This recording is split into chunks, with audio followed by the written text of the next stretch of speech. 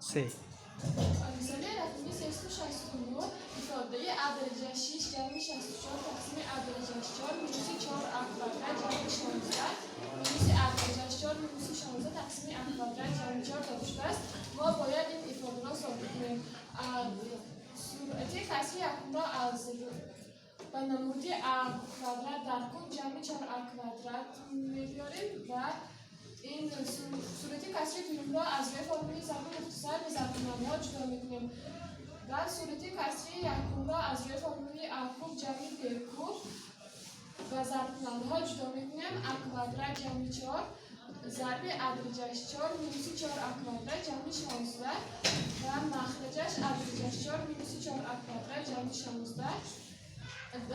در کسری دوم a kvadrat جمع 4 با a kvadrat جمع 4 اختصار می‌شود و در کسری دوم a kvadrat مینوس 4 می‌ماند.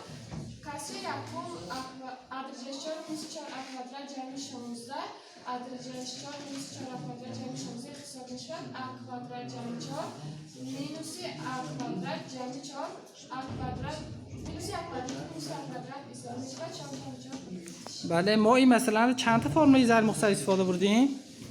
2 تا. a کوب جمع b کوب فرمول نام این فرمول چی گفتیم؟ سومه کوب ها. a kvadrat مینوس b kvadrat فرمول نامش چی گفتیم؟ فرقی کوادرات ها. فرقی کوادرات ها. رحمت.